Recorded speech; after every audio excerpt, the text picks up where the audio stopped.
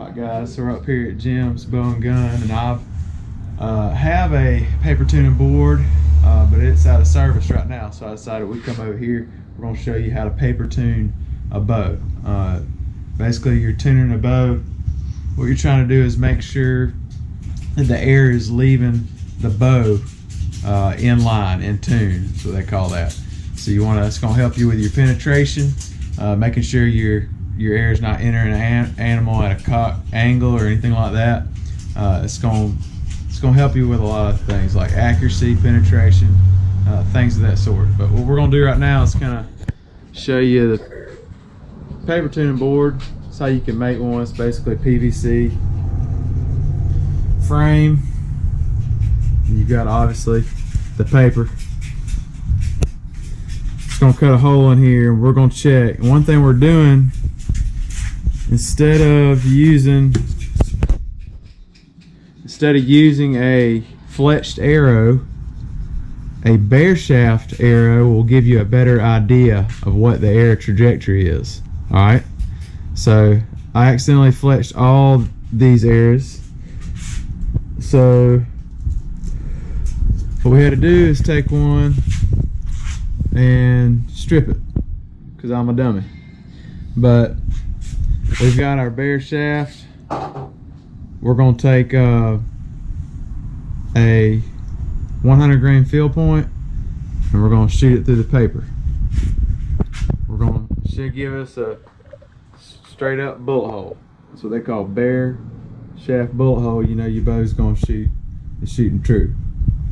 Another thing I'm doing, this is my Defcon M7 shooting the Ramcats gold tip, switched up this year to a gold tip Velocity 300 spine. But one thing I'd like to mention here is that this was a turkey bow a couple years ago, shot a bunch of gobblers with it, but it's backed off, so we're going to max it back out. Should be about 66 pounds, and dropping a little bit of grain weight on the Ramcat. It's going to shoot 100 grain this year.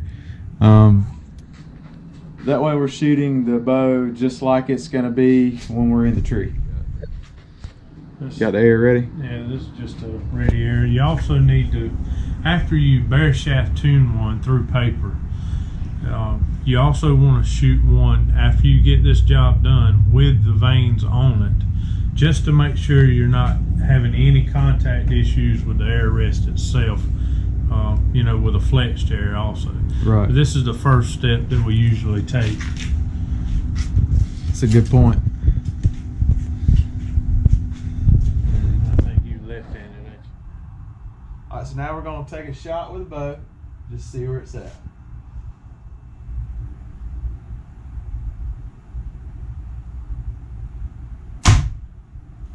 Shooting a bullet hole. Bullet hole. So it's fun, ain't it? Yeah. Ain't nothing wrong with it. Alright guys, so we just shot, and I wish we had more to show you. There's a difference between one that's not shooting a perfect bullet hole. What the air is actually doing is going through the paper, and the nock is actually going through. Just say the point goes through here, but the nock of the air, by the time it makes it through, is entering here. It's leaving. So that would be a low right tear. And what you want it to look like is that one right there. That's a perfect bullet hole. That's what we just finished up with. So we checked our tune, bare shaft bullet hole. Now we're going to shoot a fletched arrow, just because we want to make sure we don't have any fletching contact with our rests and all that stuff. So here we go.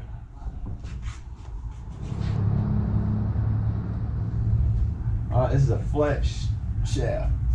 Same arrow we're going to be hunting with. Everything's the same. That's what you want. Consistent variables.